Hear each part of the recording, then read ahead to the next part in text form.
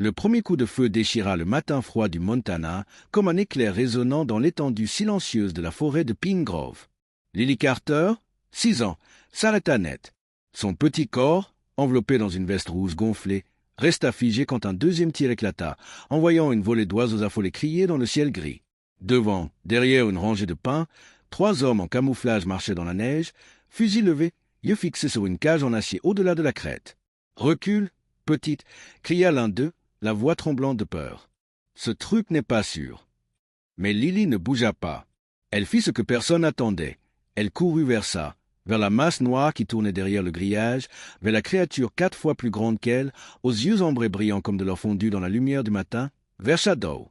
Sa mère, le docteur Rachel Carter, regarda, horrifiée, depuis le sentier en bas. Sa voix resta coincée dans sa gorge. « Lily, non !» Mais Lily était déjà là, debout entre les hommes et la bête immense derrière la clôture. Elle leva une main, pas de peur, mais avec assurance. Shadow cessa de marcher. Ses oreilles frémirent, puis il s'assit. « Vous ne pouvez pas lui faire mal, » dit Lily, sa voix plus forte que son petit corps ne le laissait penser. « Il est à moi. » Les hommes la fixèrent, stupéfaits. La fille et le chien loup se regardèrent dans les yeux. L'air sembla s'arrêter, le temps retenir son souffle. Cet instant, ce court moment où l'enfant et la créature se comprirent sans un mot, serait plus tard raconté dans les tribunaux, les émissions télé et les revues scientifiques. Mais là, c'était juste une maman effrayée, des chasseurs choqués et une fillette avec un secret et une marque.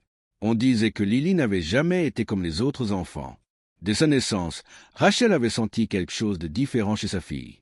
Elle ne pleurait pas beaucoup, ne gazouillait pas, ne répondait pas aux sourires ni aux berceuses. Au début, Rachel s'en voulut. Elle était seule maintenant. Mark, son mari et père de Lily, était mort dans un accident de bûcheron avant les 2 ans de Lily. Élever un enfant seul tout en gérant une petite clinique vétérinaire en ville était déjà dur. Élever une enfant avec un grave trouble du spectre autistique, c'était autre chose. Lily parlait rarement, évitait les câlins, mais le plus étrange était sa marque de naissance, une empreinte de patte de loup, légère mais claire, sur son poignet gauche. Les docteurs appelaient ça un vue congénitale. Rachel, elle, disait que c'était un mystère. Pour aider sa fille à s'ouvrir au monde, Rachel tenta tout, des chiens de thérapie, des groupes de jeux, même de la musique. Rien ne marcha jusqu'à sa rencontre avec Frank Weston. Son refuge pour Husky était perdu au bout de nulle part, à quelques kilomètres après l'autoroute, caché par les arbres. L'homme était maigre, usé, avec des yeux bleus glacés qui semblaient tout percer. « Il m'en reste un, » dit-il ce jour-là, les guidant devant une 12aine de cages. « Il est spécial ?»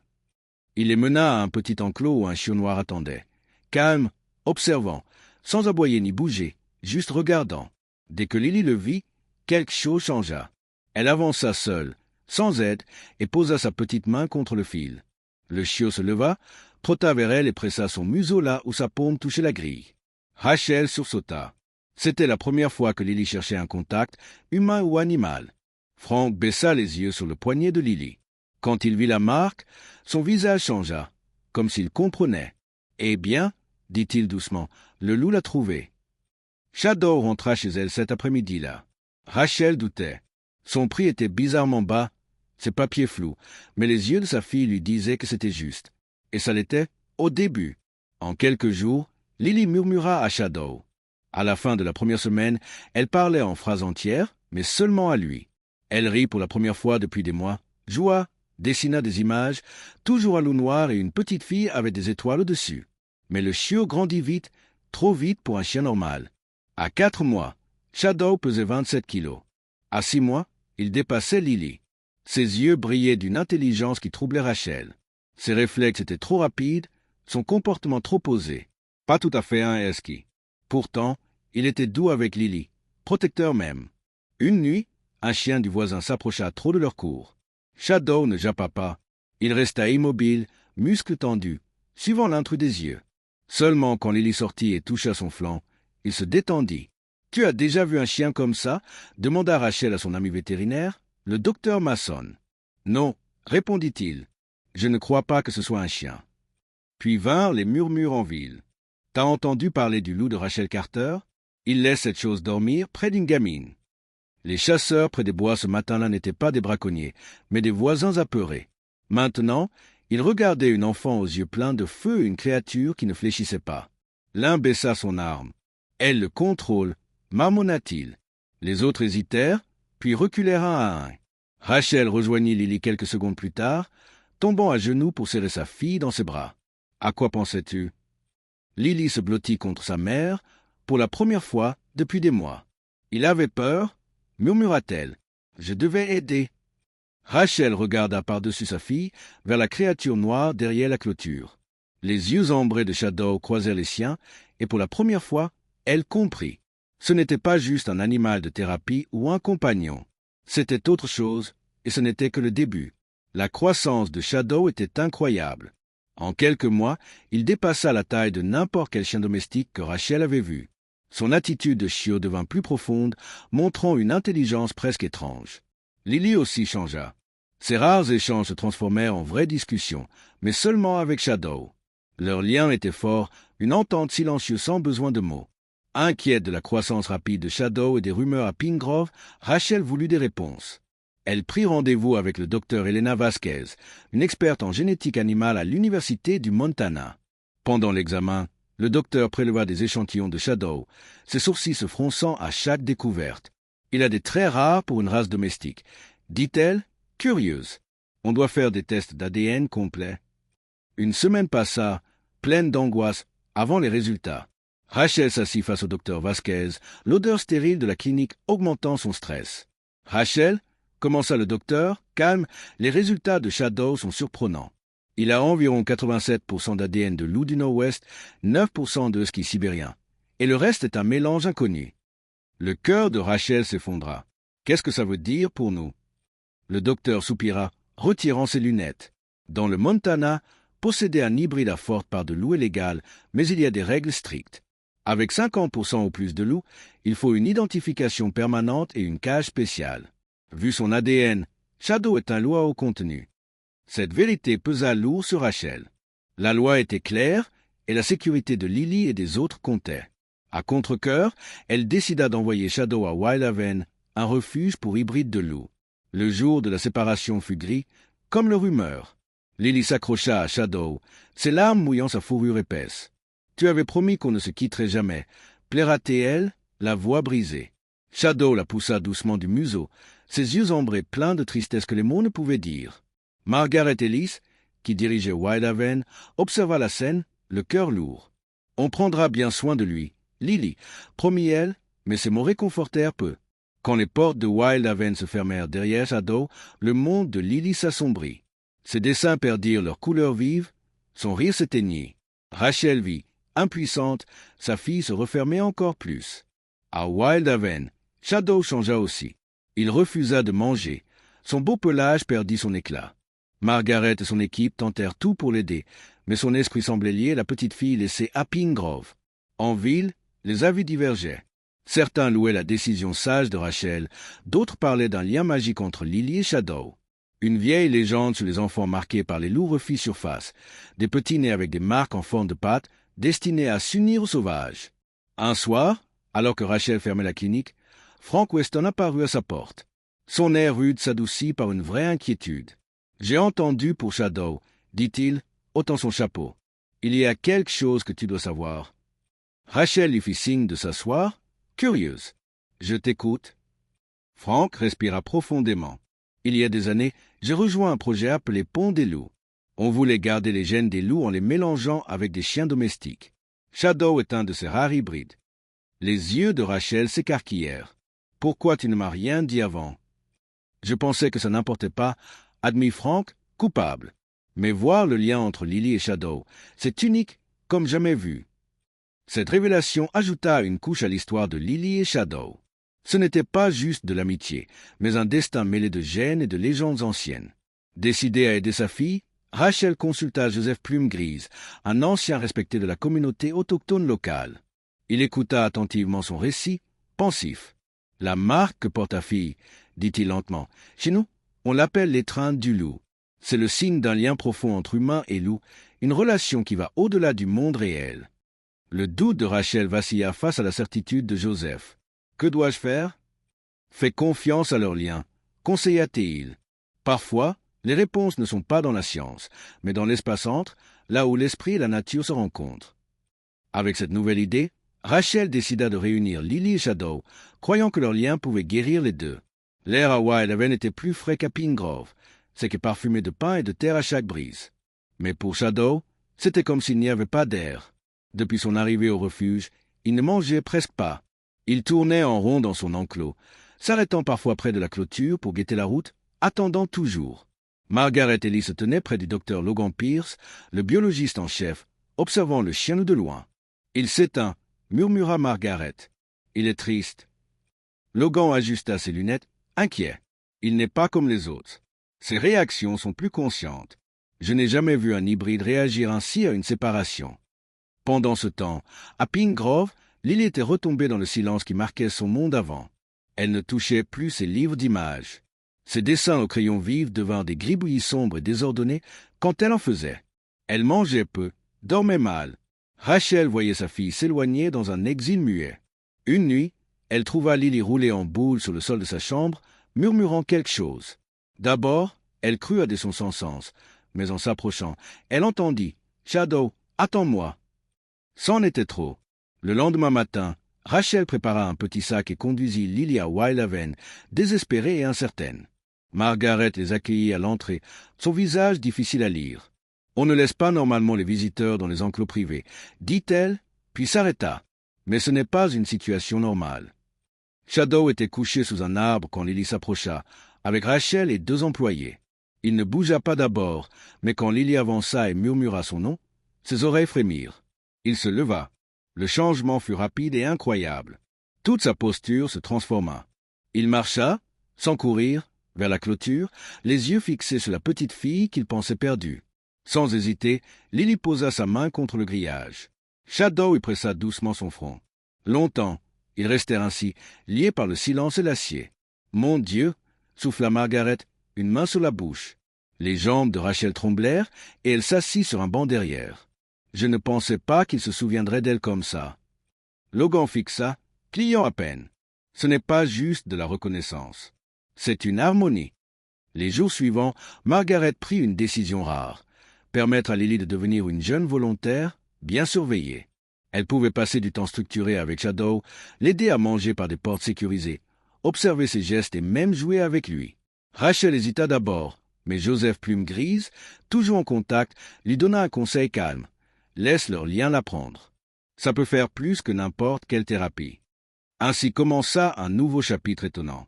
Lily venait tous les jours après l'école. Elle s'asseyait près de l'enclos avec un carnet, notant les mouvements de Shadow, le dessinant au repos, en jeu ou attentif. Avec le temps, elle créa son propre code, des symboles étranges et des flèches pour les oreilles, la queue, les pattes. Margaret et Logan remarquèrent autre chose. Shadow répondait aux signes de main de Lily comme à personne d'autre. Un geste voulait dire « assis », un tapotement sur le genou « reste », un doigt plié « roule ». Au début, ils pensèrent à un hasard. Puis Logan filma une expérience. Lily entra dans l'enclos d'observation et utilisa des gestes. Shadow obéit à chacun avec une précision presque militaire. « Comment tu lui as appris ça ?» demanda Logan après, perplexe. « Je n'ai pas appris, » dit Lily doucement. « On se comprend, c'est tout. » La vidéo surprit même les employés les plus expérimentés. Margaret l'envoya anonymement à un collègue de Stanford. La réponse fut rapide. Ce niveau de communication sans mots est inconnu hors des études sur les primates. Êtes-vous sûr que c'est un hybride de loup? En ville, les rumeurs grandirent. Certains parlaient de miracles, d'autres de danger. Lors d'une réunion locale, Henry Weller se leva et dit « Cette fille contrôle un animal sauvage avec des signes. C'est pas normal, c'est comme de la possession. » Mais le shérif David Monroe, qui avait vu le refuge, répondit « Je les ai vus ensemble. Ce qui n'est pas normal, c'est comment cet animal devient un agneau avec elle. Elle le calme, elle ne le provoque pas. » Les avis se divisèrent, mais la curiosité aussi. Logan lança des simulations génétiques avec les résultats ADN de Shadow. Ce qu'il trouva le troubla et le fascina. Il y avait un marqueur unique dans l'ADN de Shadow, jamais vu. En comparant avec de vieux rapports sanguins de Lily, fournis par Rachel, quelque chose d'étrange apparut. Une séquence miroir, une mutation partagée, un pont. Logan appela Margaret au labo. « Je crois qu'on voit plus qu'un lien.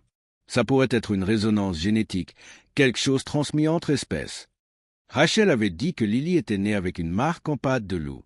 Margaret hocha lentement la tête. Ce n'est pas juste rare, dit Logan. C'est du jamais vu. Mais autre chose changeait. Shadow dormait plus, mangeait plus lentement. Lily se plaignait de douleurs aux jambes et de maux de tête parfois. Rachel pensa au stress, mais son instinct restait en alerte. Puis, un soir, Lily s'endormit dans la voiture en revenant de Wildhaven. Rachel vit son poignet trembler, comme s'il cherchait quelque chose dans ses rêves. Elle murmura un mot en dormant, sans... Ce qu'elles ignoraient, c'était que leur lien n'avait pas encore montré toute sa profondeur. Le soleil était perdait de sa force, se couchant plus tôt chaque soir, comme si le ciel sentait un changement venir. À Wildhaven, les feuilles prenaient des teintes dorées, et la forêt sentait le renouveau. Mais dans l'aile médicale du refuge, l'air était propre et calme, loin de la nature vide dehors. Shadow était couché sur le sol rembourré de la salle d'examen, inhabituellement immobile. Ses respirations étaient faibles, comme s'il gardait son énergie. Le docteur Elena Vasquez se tenait près d'un petit écran à ultrasons, ses mains gantées tremblant légèrement. Margaret et Liz restaient derrière, bras croisés forts. « Tu es sûr ?» demanda Margaret. Vasquez ne répondit pas tout de suite. Elle figea l'image, montrant une ombre légère sur la rate de Shadow. « Il y a une masse, » dit-elle doucement. Elle n'était pas là il y a 2 mois. L'estomac de Margaret se serra. « Cancer ?» Hémangiosarcome. Agressif. Des saignements internes peuvent commencer n'importe quand, soupira Vasquez. On fera une biopsie pour être sûr, mais il faut se préparer. Quand Rachel reçut l'appel, elle était dans la cuisine, regardant Lily dessiner en silence à la table. La petite n'avait pas beaucoup parlé ce jour-là. Ses questions habituelles. On peut voir Shadow plus tôt? Il a mangé aujourd'hui? S'était arrêté sans raison. Rachel savait que quelque chose n'allait pas, mais elle ne s'attendait pas à ce que l'appel lui coupe le souffle. « Il est malade », murmura Rachel, s'asseyant face à Lily. Les docteurs ont trouvé quelque chose dans Shadow. Ils pensent que c'est peut-être un cancer. Lily ne réagit pas d'abord. Elle fixa son dessin, une image détaillée de Shadow sous un arbre, puis leva les yeux. « Je sais », dit-elle simplement. Rachel cligna des yeux. « Comment tu sais ?»« Je le sens. Son sang est bizarre. Il est fatigué. » Plus tard cette semaine, lors d'un contrôle médical pour Lily, Rachel parla de sa fatigue croissante et de son manque d'appétit. Le pédiatre demanda des analyses de sang, juste au cas où. 3 jours plus tard, Rachel resta figée dans un couloir d'hôpital pendant qu'un hématologue expliquait l'impossible. « Votre fille a une leucémie aiguë myéloïde, » dit-il doucement. « C'est rare et agressif, mais on l'a pris tôt. »« Non, » murmura Rachel. « Non, ce n'est pas vrai. »« Mais si. » En une semaine, Lily et Shadow avaient tous deux une maladie mortelle du sang. Le hasard était effrayant. Margaret convoqua une réunion urgente à Wildhaven.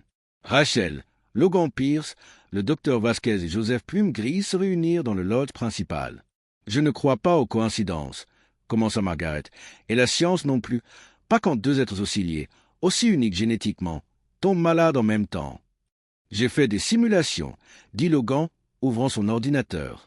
Lily et Shadow partagent une mutation rare, presque identique dans son rôle et son emplacement. Je l'appelle le gène pont. Rachel se pencha. « Tu dis que c'est réel, ce que Joseph a dit? Ça existe vraiment? » Joseph hocha la tête. « Sérieux. Notre peuple le sait depuis des siècles. Les enfants marqués par les loups, nés avec la patte, sont choisis. Ils marchent entre notre monde et le sauvage. » Il montra le poignet de Lily. Cette marque, ce n'est pas un hasard. C'est une mémoire ancienne dans la chair. Tous regardèrent Frank Weston, silencieux dans un coin jusque-là. Le vieil homme parla enfin, la voix rauque. « J'aurais dû vous le dire avant. Je savais ce qu'était Shadow quand j'ai vu la marque de Lily. Je savais qu'elle était l'une d'eux. »« L'une de quoi ?» lança Rachel. « Une enfant pont. Shadow vient d'une lignée protégée depuis des générations par un groupe dont je faisais partie. On s'appelait les gardiens de la ligne. Notre rôle était de préserver les loupons, ceux capables de se lier aux humains qui portent leur marque. »« Pourquoi tu n'as rien dit ?» demanda Rachel. « Parce qu'on était traqués, » répondit Frank. « Pendant des décennies, des collectionneurs et des généticiens riches ont cherché ces loups. Si on avait su que Shadow était avec une enfant marquée. » Il s'arrêta. Logan se leva soudain. « Il y a un traitement. Radical, expérimental, mais ça pourrait les sauver tous les deux. » Tous le regardèrent. Une grève de cellules souches entre espèces. On prend la moelle de Shadow pour Lily et peut-être l'inverse. Leur gêne pourrait permettre au corps d'accepter sans tout rejeter. Rachel resta bouche bée. Logan, ça n'a jamais été fait. Tu parles d'un loup qui donne des cellules à une humaine. Je sais, c'est fou, dit Logan, mais c'est notre meilleure chance. Joseph avança. Il y a une autre étape. Une cérémonie ancienne, sacrée. Avant la guérison, leur lien doit être reconnu par les esprits des deux mondes. Si vous voulez la science, il regarda Rachel, vous devez aussi accepter le mystère. Rachel n'hésita pas. Elle prit le carnet de Lily sur la table et tourna une page qu'elle n'avait pas vue. Lily et Shadow étaient dessinés sous une pleine lune, un fil brillant, comme de la lumière ou du sang, reliant leur cœur. Ils savent déjà, dit Rachel. Ils ont toujours su. Dehors, le vent souffla plus fort, agitant les arbres autour de Wildhaven. Quelque part dans le refuge, Shadow leva la tête vers la cabane où Lily dormait. Leur lien, né dans le silence, allait être testé dans le sang. La nuit avant la greffe, le ciel de Pine Grove était d'un indigo profond, percé de 1000 étoiles tremblantes. Au cœur de Wildhaven, un feu sacré crépitait doucement dans un cercle de pierres anciennes. La cérémonie était simple, pas de chant, pas de spectacle, juste du silence, de la fumée et un cercle de ceux qui comprenaient l'importance de ce moment. Lily était assise, enveloppée dans une couverture tissée, son petit corps pâle et fragile dessous. Shadow était couché près d'elle, sa grosse tête posée doucement sur ses jambes. Joseph, plume grise, s'agenouilla face à eux, sa voix basse et calme en plaçant un bol en bois sculpté entre eux. Les herbes dedans brillaient faiblement à la lueur du feu. « Ce n'est pas de la magie, » dit Joseph doucement. « C'est une mémoire, celle qui passe dans le sang et les os. » Il tendit la main, trempa ses doigts dans la fumée, puis les pressa sur le poignet marqué de Lily et le centre de la large poitrine de Shadow. « Deux esprits, un fil, » murmura-t-il. « Marchez ce chemin ensemble.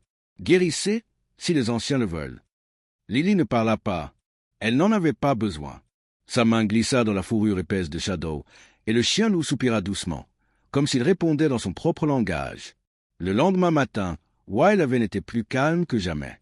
L'équipe médicale, mêlant spécialistes pour enfants et experts vétérinaires, avait transformé l'aile de recherche du Lodge en 2 salles d'opération. Des outils modernes pour humains côtoyaient des équipements vétérinaires adaptés. C'était une union de savoirs jamais vue. Était-ce un génie scientifique ou une folie? Le docteur Logan Pearce dirigeait tout, concentré, guidant les opérations synchronisées. De chaque côté de la pièce séparée, Lily et Shadow étaient endormis, leurs signes vitaux surveillés en direct. Rachel, Margaret et Joseph attendaient derrière une vitre stérile et rivés sur les écrans clignotants. Les heures passèrent. L'équipe préleva soigneusement la moelle de Shadow, filtrant les cellules souches pour qu'elles matchent avec le système immunitaire unique de Lily. Pour Lily, le processus fut inversé. Un peu de sa moelle fut préparé pour Shadow, son corps affaibli mais réactif. Personne n'osait dire la vérité qu'ils portaient tous. Si les greffes échouaient, les deux pouvaient mourir. La nuit fut lente. Rachel ne bougea presque pas de la vitre, fixant le visage de Lily. Margaret resta à ses côtés, une main réconfortante sur son épaule. Joseph murmura des prières discrètes. Puis, des signes apparurent. Le taux de globules blancs de Lily, qui chutait depuis des semaines, remonta doucement, régulièrement. Sa température se stabilisa. Elle bougea dans son sommeil. De l'autre côté, la respiration de Shadow s'approfondit. Son pelage, terne et abîmé par les soins, sembla reprendre de l'éclat. 2 jours plus tard, Lily ouvrit les yeux. Ses premiers mots ne furent pas pour sa mère ni les docteurs, mais dans l'air vide. Il est réveillé. Peu après, les paupières de Shadow tremblèrent, son museau bougea. Quand on le ramena dans un enclos de récupération voisin, il leva la tête vers la vitre qui le séparait de Lily et poussa un petit gémissement clair. Les mois suivants, la guérison fut lente mais incroyable. Lily supporta plusieurs séances de thérapie, sa force revenant par moments. Chaque fois qu'elle faiblissait, une visite de Shadow rallumait son énergie. Parfois, elle ne parlait pas, s'asseyait juste près de son enclos, dessinant en silence pendant qu'il la regardait avec des yeux semblants plus vieux que le temps. Peu à peu, tous deux furent autorisés à bouger un peu, bien surveillés. Ils reprirent de courtes balades sur les sentiers privés du refuge, d'abord séparés, puis ensemble. La première fois que Lily entra dans l'enclos de Shadow, il s'approcha lentement, renifla son poignet et pressa son museau doucement sur la marque sous sa manche. « Tu t'es souvenu » murmura-t-elle. Au printemps, Lily courait à nouveau, son rire résonnant dans les pins comme un chant d'oiseau. Shadow, grisonnant au museau, avait retrouvé presque toute sa mobilité et son énergie. Il s'asseyait souvent dehors, près du pavillon éducatif, où Lily guidait maintenant les jeunes visiteurs pour leur première rencontre avec les animaux du refuge. Margaret créa le programme Pont au nom de Lily, une nouvelle branche de Wild Haven pour aider les enfants avec autisme, stress post-traumatique ou blessures émotionnelles. Lily, à peine 7 ans, devint sa plus jeune ambassadrice. Frank Weston, désormais consultant officiel à Wild Haven, travaillait en retrait, listant les lignées génétiques, veillant aux règles éthiques pour ne jamais répéter les erreurs passées. Joseph restait proche, apprenant à Lily non seulement la biologie, mais aussi son héritage, les légendes et vérités qui coexistent dans des lieux comme Wild Haven. Et puis, il y eut le louveteau. La plus petite des petits de Shadow, née par surprise des mois après son opération, était différente. Pendant que ses frères et sœurs jouaient et testaient les limites, elle observait Lily de loin, oreilles frémissant à chaque son qu'elle faisait. Il fallut des semaines pour qu'elle s'approche, mais quand elle le fit, elle posa une patte sur les genoux de Lily, imitant le geste exact de Shadow des années avant. « Elle sait » dit Lily doucement. Elle se souvient du fil. Le louveteau fut nommé Braise. Un soir d'été, alors que le crépuscule peignait les arbres en rose doré, Lily guida un groupe d'élèves dans le refuge. Shadow marchait à ses côtés, calme et sûr, avec Braise suivant juste derrière. Son poignet était nu, le bracelet de Joseph usé par le temps, mais la marque était toujours là, légère mais vraie. Elle s'arrêta au bord de la forêt et se tourna vers les enfants. « Parfois, dit-elle, on est différent. Pas cassé, juste fait pour autre chose. » Shadow s'assit près d'elle, Braise se roula à ses pieds. Ensemble, les marqués regardèrent le soleil glisser derrière les pins, deux villiers pour toujours par le sang, le lien et la promesse muette du sauvage.